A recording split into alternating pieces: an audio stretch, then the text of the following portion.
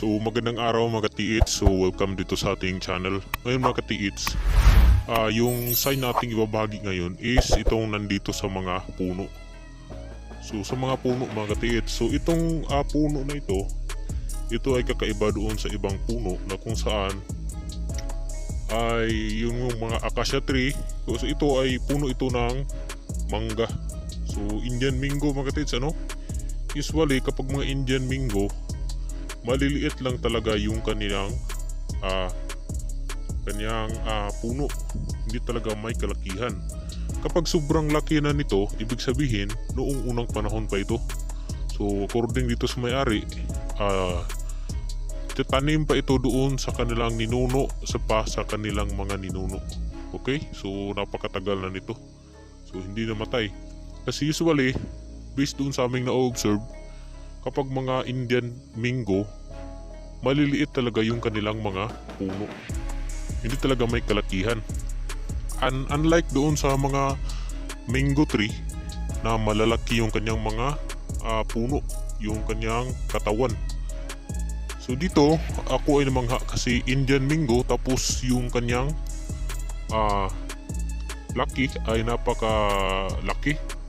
So ito ay mayroong mga palatandaan or sign na ating makikita dito mga ka-TH, So makikita natin maya. So dito ay i-observe muna natin itong mga sign na ating makikita dito sa kanyang paligid. So ano bang sign na ating makikita dito?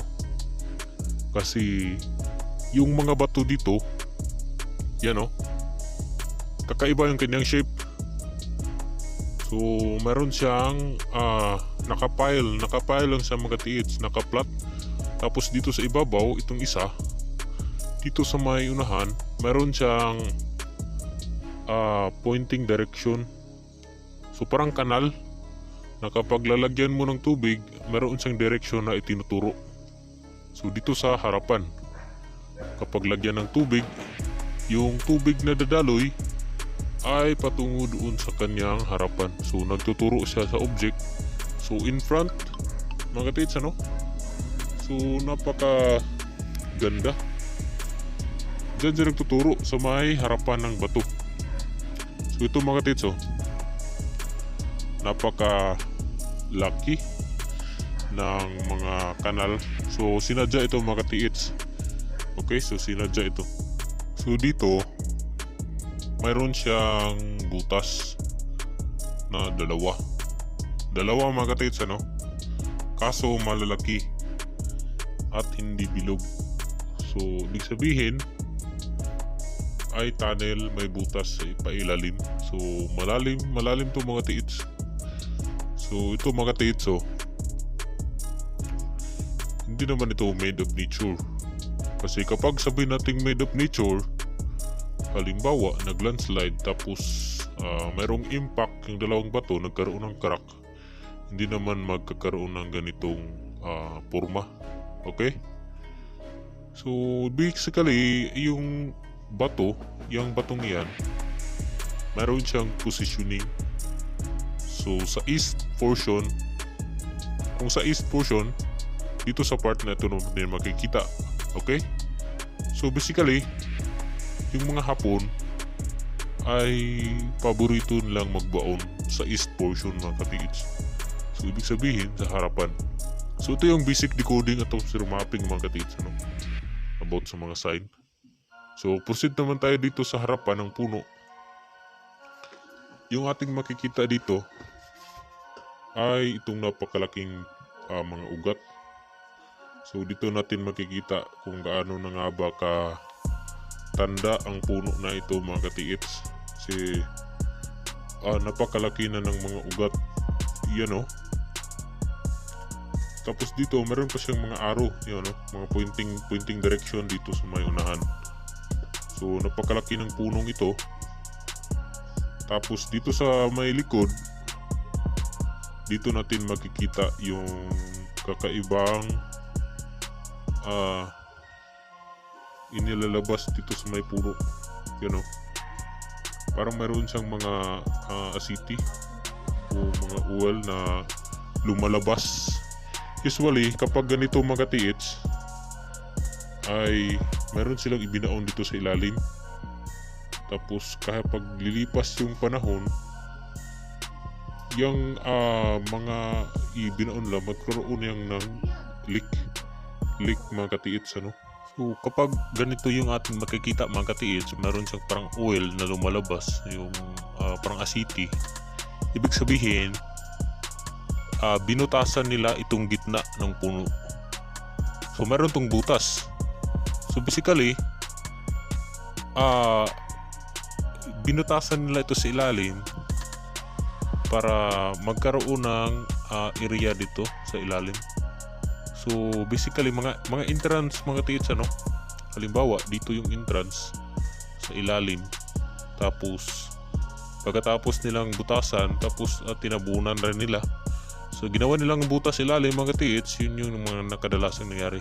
Mapapansin kasi natin mga katiits yung mga palatandaan na sinadya, meron siyang mga shape, yan o B, naka-shape, tapos meron siyang malalim na butas sa ilalim.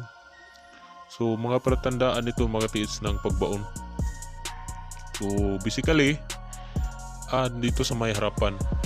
So para itong entrance na butas na malalim, ibig sabihin meron silang ibinaon dito na mga treasure.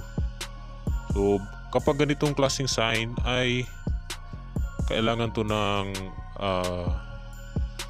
solido na at accurate na kagamitan.